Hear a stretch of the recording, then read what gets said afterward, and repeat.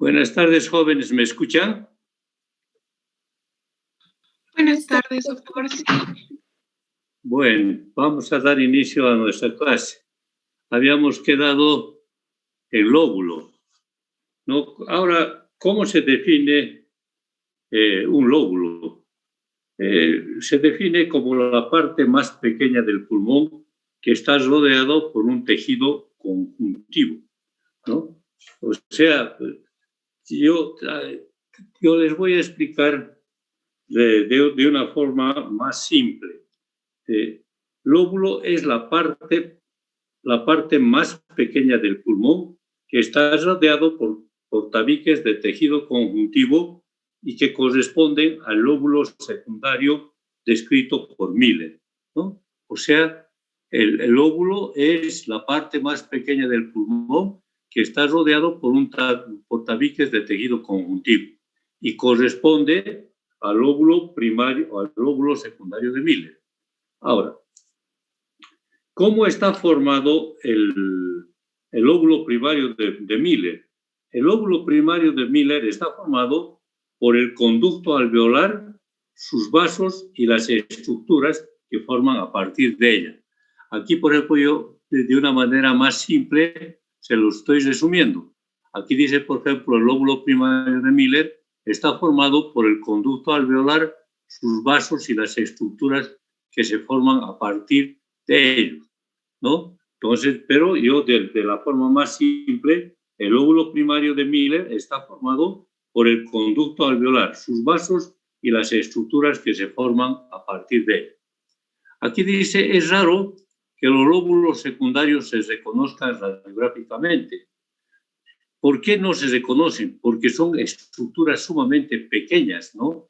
Y solamente se reconocen cuando hay procesos patológicos, como puede haber un líquido dentro edematoso, ¿no? Y otro tejido patológico que se encuentran en el interior de estos tabiques interlobulares.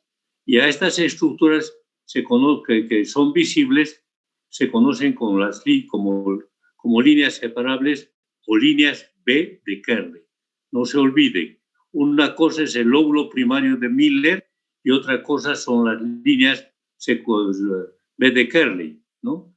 El espacio comprendido entre dos líneas B de Kerley se conoce con el nombre de lóbulo secundario. Voy a aceptar a esta más. Bueno, no sé si me han entendido, ¿no? Yo se los voy a repetir de la forma más simple. Lóbulo es la parte más pequeña que está rodeado por tabiques de tejido conjuntivo y que corresponden al lóbulo secundario descrito por Miller. El lóbulo primario de Miller está formado por el conducto alveolar, sus vasos y las estructuras que se forman a partir de ella, ¿no? O sea, de la manera más simple y rápida se lo estoy describiendo, ¿no? Ahora, es raro que los lóbulos secundarios se reconozcan radiográficamente como unidad estructural, solo cuando hay líquido edematoso u otro tejido patológico que se hayan visibles las líneas B de Kerley. El espacio comprendido entre dos líneas B de Kerley se conoce como lóbulo secundario. No sé si me están entendiendo. O sea, todo esto yo se los estoy de una manera más práctica y más didáctica se lo estoy definiendo. Esto es el último que estoy aceptando. Ya. Ahora, estos autores, Red y Simmons, propusieron otro tipo de definición, ¿no? Otro tipo de definición, ¿en qué? Basada en qué? En una subdivisión de las estructuras periféricas. Y estos autores siguen el trayecto de un bronquio hacia la periferia del pulmón. En una broncografía bien contrastada se llega a un estado en que las ramificaciones ocurren cada 0,5 a 1 centímetro. Y después de 3 o 4 ramificaciones, en forma brusca, se transicionan y se llegan a dividirse a intervalos de 2 a 3 milímetros. A las que dividen en centímetros se las llama centimétricas y a las que se dividen en forma milimétrica se las denomina milimétricas. Ahora, la forma centimétrica de las ramificaciones corresponde a diferentes bronquios terminales, ¿no? No se olvide. El lóbulo como conjunto puede tener 3 a 5 bronquios terminales que forman el modelo milimétrico, ¿ve? El modelo milimétrico. Y estas ramificaciones en su trayecto bronquial de la definición se relacionan con estructuras constantes. Ahora yo de la manera más sencilla se los voy a dividir. En una broncografía contrastada se llegan a las ramificaciones que ocurren cada 0,5 a 1 milímetro. 3 o 4 ramificaciones que existan terminan en forma brusca y estos se dividen en intervalos de 2 a 3 milímetros. Los bronquios en centímetros, la forma centimétrica de los bronquios son los bronquiolos y la forma milimétrica son los bronquiolos terminales. Miren, se lo estoy de una forma más didáctica todo lo que dice aquí, ¿no? Ahora, aquí dice, por ejemplo, ya sea que cada bronquio terminal da lugar a un solo acino y el lóbulo de Reed comprende un grupo de 3 a 5 bronquiolos terminales. Estos lóbulos forman 3 o 5 acinos y miden aproximadamente 1 centímetro. Es de la manera más fácil, yo se lo estoy Se lo estoy explicando. Ahora, ¿a qué se llaman canales de Lambert? Los canales de Lambert son comunicaciones directas entre los bronquiolos y los alveolos, revestidos por un epitelio. Aquí dice, son las partes más distales del árbol bronquial sobre los bronquios terminales y contienen un cierto número de comunicaciones revestidas. De la manera más fácil, los canales de Lambert se comunican directamente con los bronquiolos con los alveolos y están repetidos.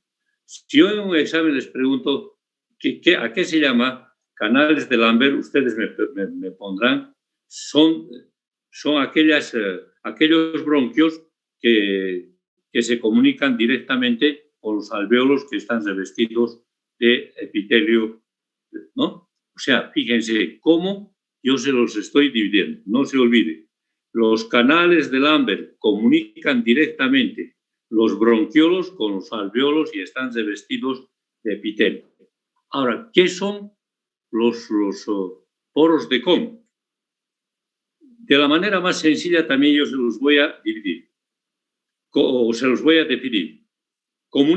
Se comunican entre alveolos y miden de 10 a 15 micras, ¿no? Porque aquí dice, por ejemplo, los poros de Kohn en el pulmón humano son aberturas o faltas de continuidad de los alveolos pulmonares y miden aproximadamente de 10 a 15 micras.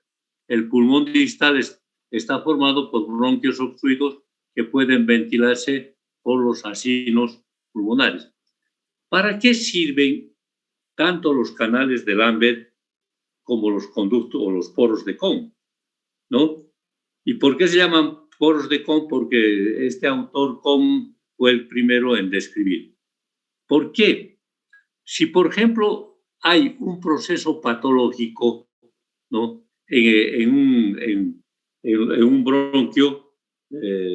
bronquio, entonces ese bronquio puede, como se comunica a través de los canales de Lambert con sus alveolos, puede existir una respiración o una ventilación, mejor, una ventilación suplementaria.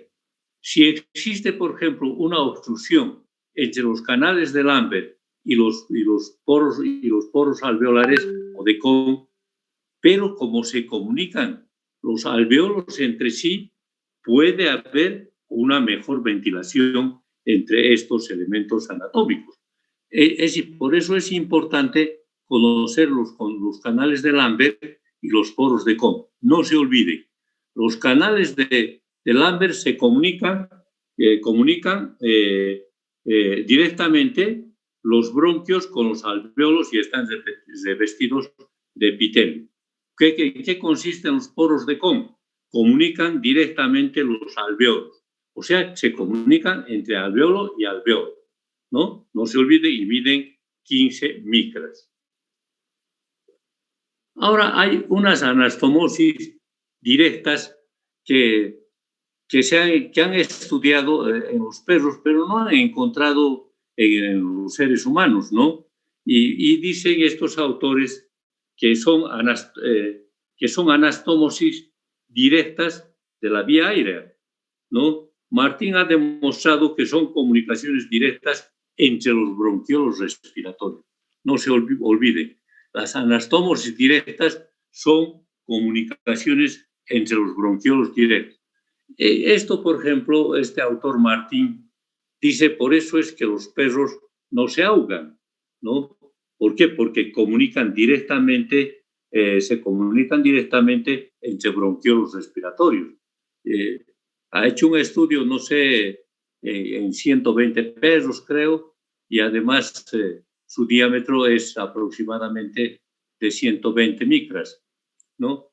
Entonces, no se olviden que hay comunicaciones también directas entre los bronquiolos respiratorios. No se olviden, hay comunicaciones directas que se han estudiado sobre todo en los perros. Pero en los humanos parece que no se han encontrado estas comunicaciones, ¿no? No se ha encontrado. Ahora, asino como unidad radiológica. ¿En qué consiste el asino? ya que el asino representa la parte más pequeña, la parte del parénquima pulmonar distal al bronquiolo terminal. El asino puede ser visible radiológicamente cuando está totalmente o parcialmente lleno de material de contraste o por un proceso inflamatorio. Si hay proceso inflamatorio, ¿qué va a haber? Un edema, ¿no? ¿Y quién fue el que estudió estos asinos? En el año 1924, Achoc, ¿no?, sugiere que la condensación de un solo asino por un exudado inflamatorio puede ser tuberculoso, porque en esa época solamente se hablaba de la tuberculosis, ¿no?, o protegido por una granulación, daba una imagen parecida a una roseta. Yo comparo a las pipocas, ¿no? A las pipocas tienen la forma de una roseta. ¿Y qué le llama? Le llama asino nudoso. No se olvide. Entonces, Nancy.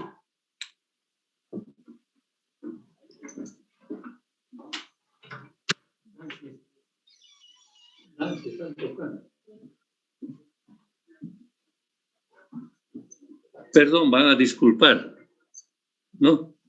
Entonces, les decía que a esto le llama Achoc, comparado con una roseta, le llama asino nudoso, ¿no?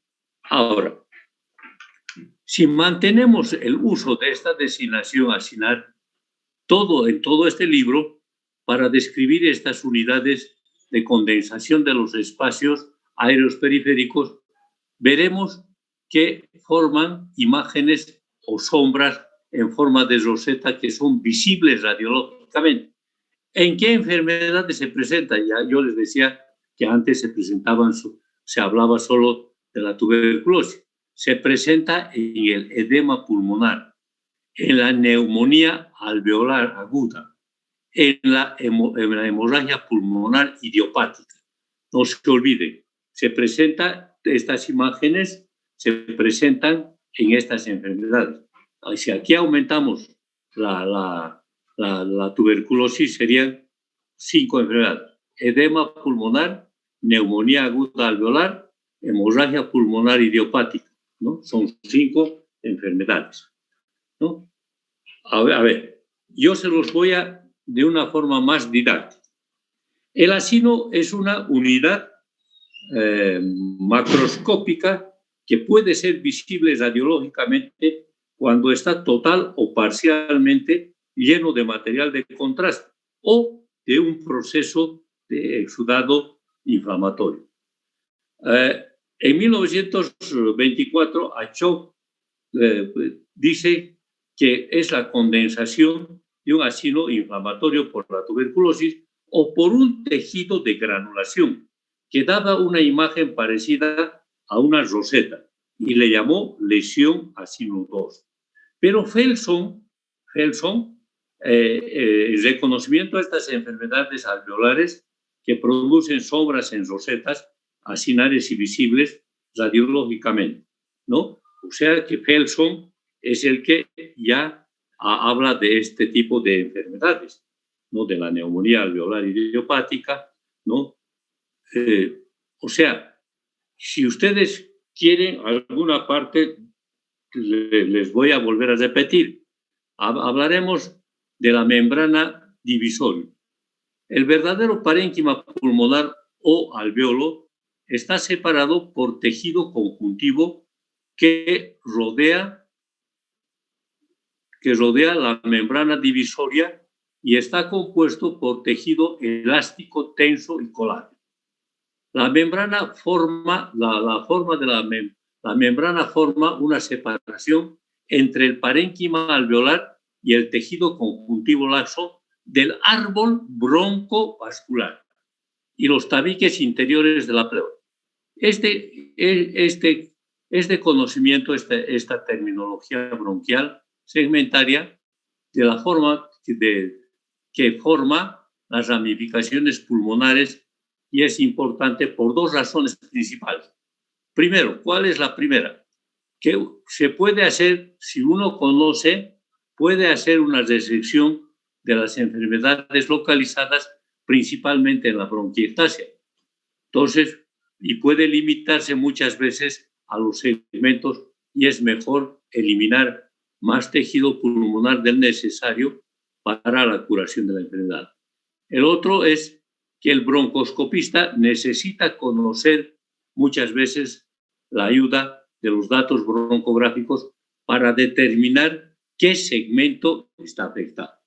O sea, si ustedes se dan cuenta, hay que tener en cuenta esta terminología bronquial segmentaria para poder hacer una resección quirúrgica lo menos traumática que corresponda en el caso de las bronquiectasias, ¿no? Y el broncoscopista necesita para poder determinar qué segmento es el afectado. No se olvide, es importante conocer el conocimiento de la terminología segmentaria. ¿Para qué? Para dos cosas. Para que la resección quirúrgica no sea muy grande y para que el broncoscopista sepa que está bien. Ahora vamos a hablar de los bronquios principales. ¿Cuáles son los bronquios principales? Los bronquios principales son los dos grandes bronquios que comienzan en la bifurcación de la tráquea hasta el lóbulo, hasta el origen del lóbulo superior, en ambos lados. Y el bronquio intermedio es el segmento comprendido entre el bronquio del lóbulo superior derecho y los comienzos del bronquio del lóbulo medio derecho, ¿no? Que va al lado. Ya después vamos a hablar del lado izquierdo. No sé si hasta aquí vamos a avanzar. No sé si ustedes quieren que algo les vuelva a explicar. Doctor, ¿puede volver a explicar sobre la membrana divisoria, por favor? Ya, sobre la membrana divisoria, ¿no? A ver, ¿dónde está la membrana? ¿Dónde está la membrana divisoria? Aquí está. Dice la membrana divisoria. El verdadero parénquima pulmonar alveolo, entre paréntesis, está separado por tejido conjuntivo que rodea a la membrana divisoria y está compuesto por tejido elástico tenso y colágeno. Esta membrana divisoria separa, ¿qué separa?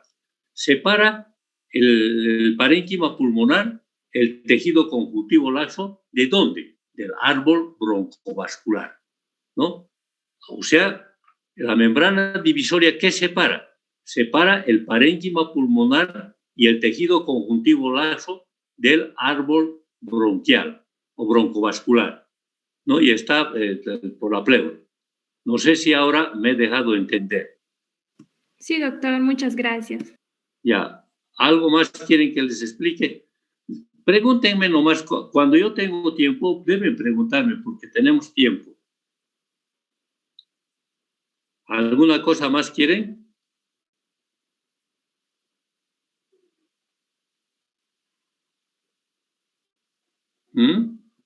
Doctor. Dime, hijito. Doctor, una consulta, no es respecto al tema. Mañana en prácticas, ¿qué vamos a ver? Disculpe. Vamos a ver tomografía de cráneo. Ok, doctor, gracias. ¿Y saben qué? En la anterior clase hemos visto infarto, ¿no es cierto? Infarto cerebral, ¿no? Mañana vamos a ver hemorragia cerebral. Ok, doctor. ¿Nadie más? Bueno, jóvenes, buenas noches. Buenas noches, doctor, gracias. Muchas gracias, doctor. Hasta luego. Doctor. Hasta luego, doctor. Gracias, clase, doctor. ¿Qué tal el examen? Fácil, ¿no? Más o menos, doctor. Nomás. Fácil. Se los he hecho unas preguntas facilitas porque el próximo examen ya es a describir. Por eso se los he hecho facilito para que saquen altas notas. Ahora, otra cosa, medio, claro, la presidenta no tiene la culpa porque le dice. Yo siempre, una vez que bajo las notas del campus, ya sumo las asistencias, porque yo ya les he ido avisando cuántas faltas tienen, todo eso. Pero parece que no le creían a su presidente. Pero ya hemos arreglado también con la presidenta eso. Ya están las notas también ya subidas. Bueno, buenas noches. Muchas gracias, doctor. Buenas noches, Muchas joven. gracias, doctor. Hasta luego. Muchas gracias, doctor. Hasta luego. Hasta luego.